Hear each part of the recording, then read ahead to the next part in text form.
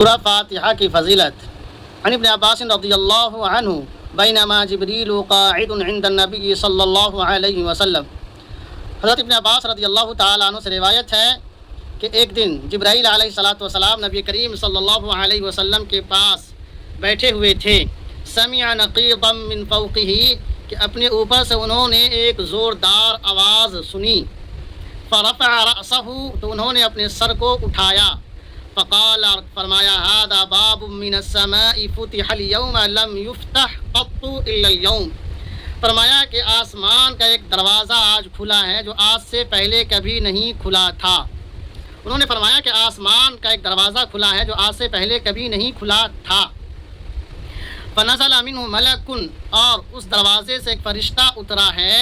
فقال، اور فرمایا، هذا ملک نزل الى الارض لم ينزل قط الا اليوم، اور وہ زمین کی جانب اترا ہے جو آج سے پہلے کبھی بھی زمین پر نہیں اترا تھا۔ جبرائیل علیہ السلام نے ایک زوردار کی آواز اپنے اوپر سے سنی تو آسمان کی جانب اپنا سر اٹھایا، پھر فرمایا کہ آسمان کا ایک ایسا دروازہ کھلا ہے جو آج سے پہلے کبھی نہیں کھلا تھا۔ پھر فرمایا کہ اس سے ایک فرشتہ اترا ہے جو زمین کی جانب اترا ہے جو آج سے پہلے کبھی بھی زمین کی طرف نہیں اترا تھا۔ فسلم، تو اس نے سلام کیا۔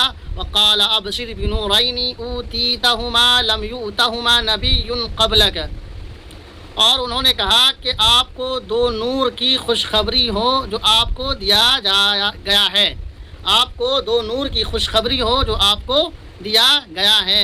لم یؤتہما نبی قبلک، اور آپ سے پہلے کسی کو بھی یہ نور نہیں دیا گیا تھا۔ آپ کو دو نور کی خوشخبری ہو جو آپ سے پہلے کسی بھی نبی کو نہیں دیا گیا تھا۔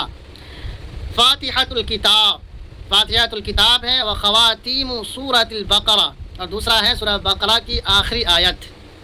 فاتحۃ الکتاب، ایک فاتحۃ الکتاب یعنی سورۃ الفاتحہ، الحمدللہ رب العالمین، الحمد شریف، اور دوسرا نور ہے وخواتیم سورۃ البقرہ، اور سورہ بقرہ کی آخری آیت۔ لن تقرأ بحرف منها الا اعطیتہ، لن تقرأ، اگر کوئی شخص اس کو پڑھے گا اور اس کی برکت سے دعا مانگے گا، فرمایا اس کی دعا قبول کی جائے گی، اس کے پڑھ کر کے دعا کرنے والے کی دعا مردود نہیں ہوگی، ضرور اس کی دعا قبول کی جائے گی۔